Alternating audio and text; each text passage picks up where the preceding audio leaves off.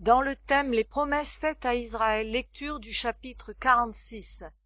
Étude présentée dans The Present Truth le 13 mai 1897. Sous-titre: Les tribus perdues d'Israël.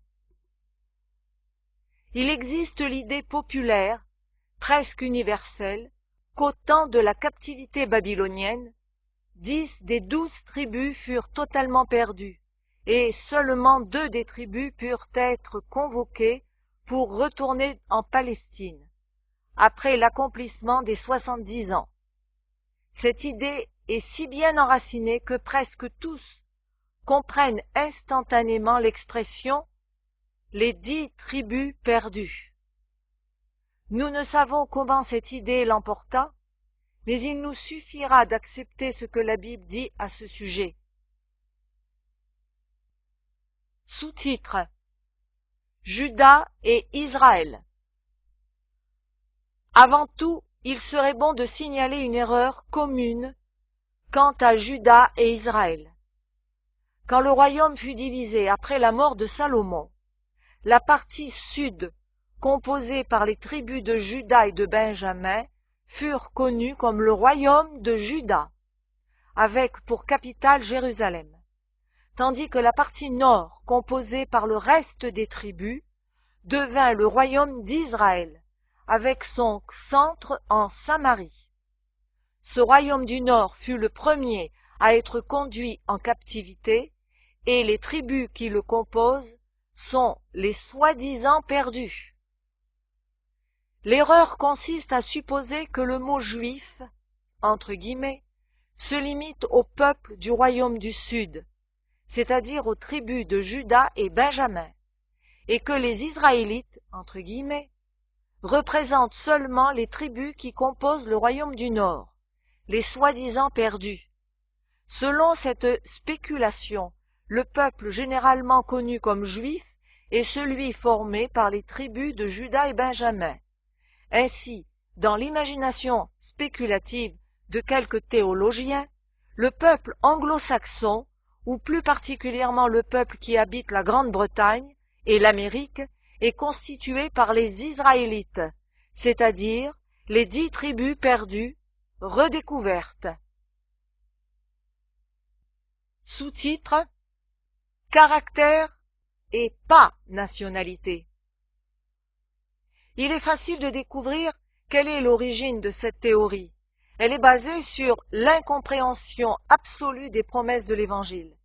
Elle fut inventée dans le but d'investir la race anglo-saxonne comme héritière des promesses faites à Abraham, mais ils ont perdu de vue que ces promesses englobent le monde entier, sans distinction de nationalité, et que, ouvrez les guillemets, Dieu ne fait point exception de personne, mais qu'en toute nation, celui qui le craint et qui pratique la justice lui est agréable.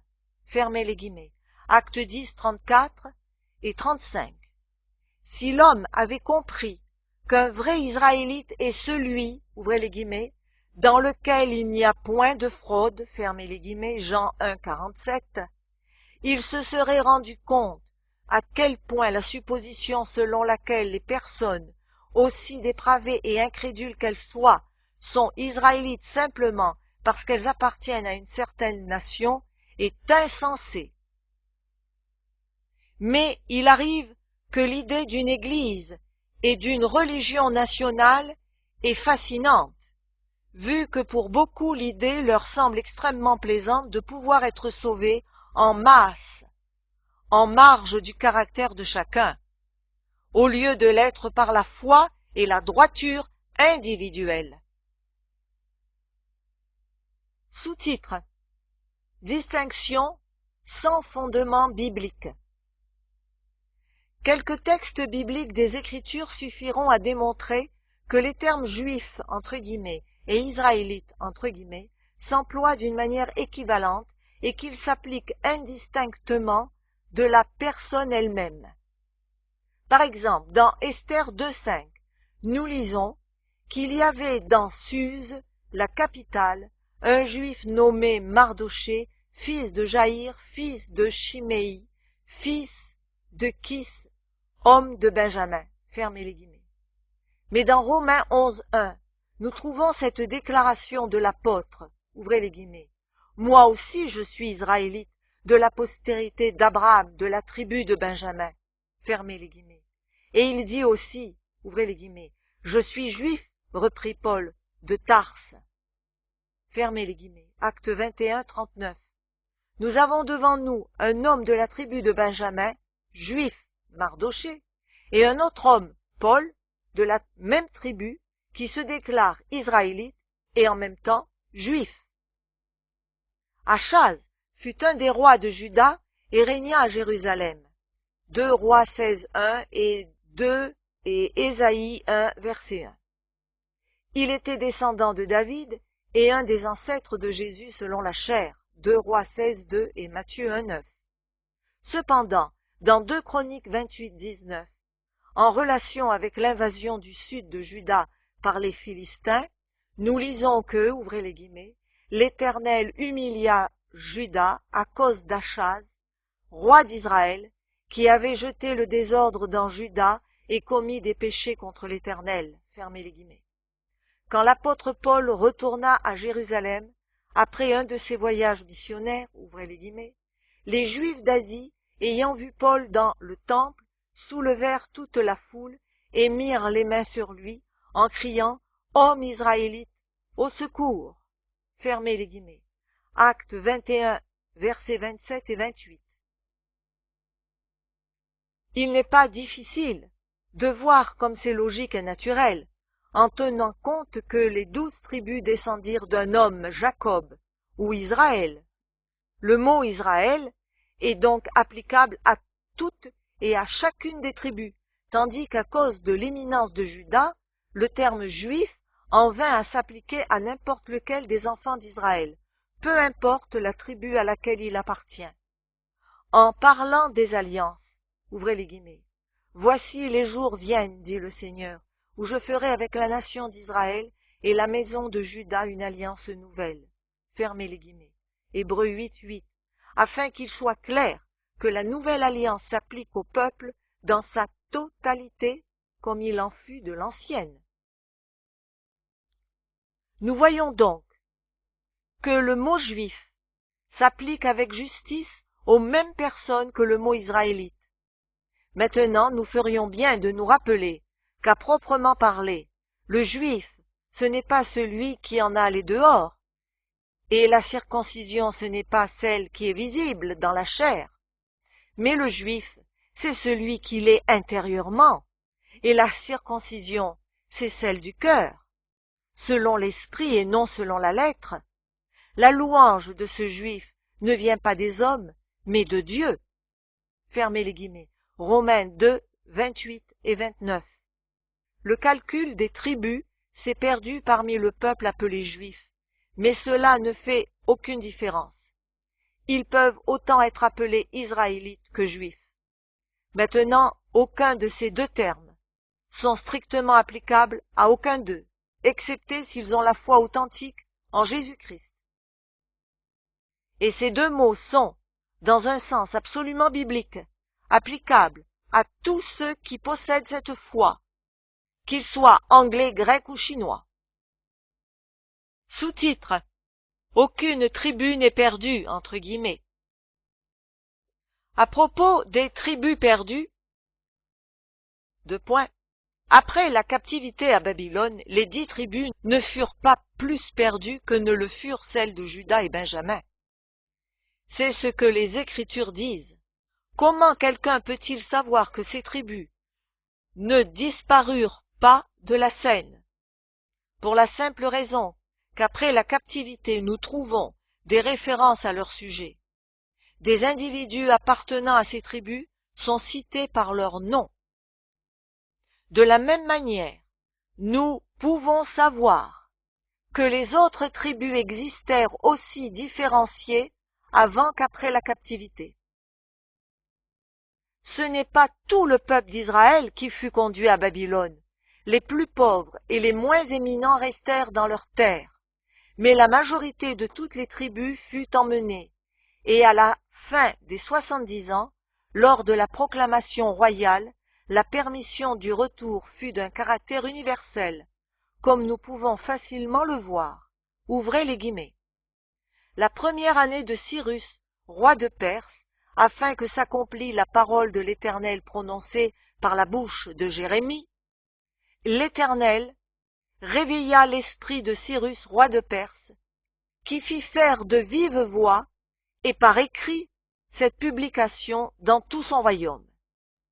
Ainsi parle Cyrus, roi des Perses. L'Éternel, le Dieu des cieux, m'a donné tous les royaumes de la terre, et il m'a commandé de lui bâtir une maison à Jérusalem en Juda. Qui d'entre vous est de son peuple? Que son Dieu soit avec lui, et qu'il monte à Jérusalem, en Juda, et bâtisse la maison de l'Éternel. Le Dieu d'Israël, c'est le Dieu qui est à Jérusalem. Fermez les guillemets. Esdras 1, versets 1 à 3. L'autorisation à retourner était illimitée, cependant parmi les tribus, tous n'en profitèrent pas. Cependant, toutes les tribus étaient représentées.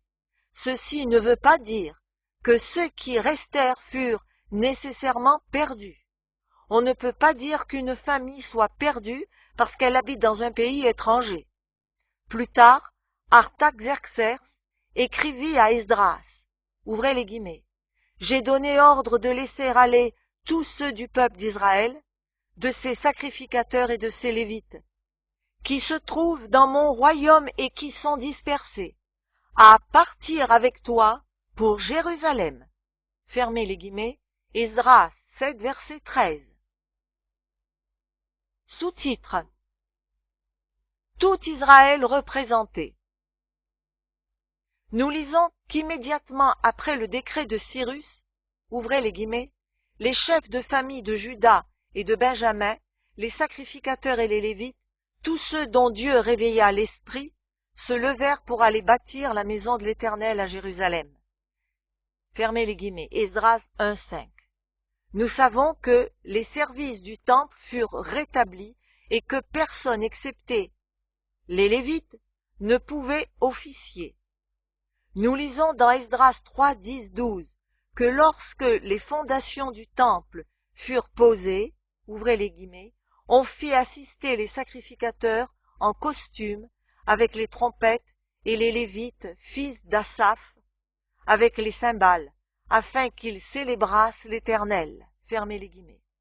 Même après la résurrection et l'ascension de Christ, nous lisons au sujet de Barnabas, ouvrez les guillemets, Lévite, originaire de Chypre, fermez les guillemets.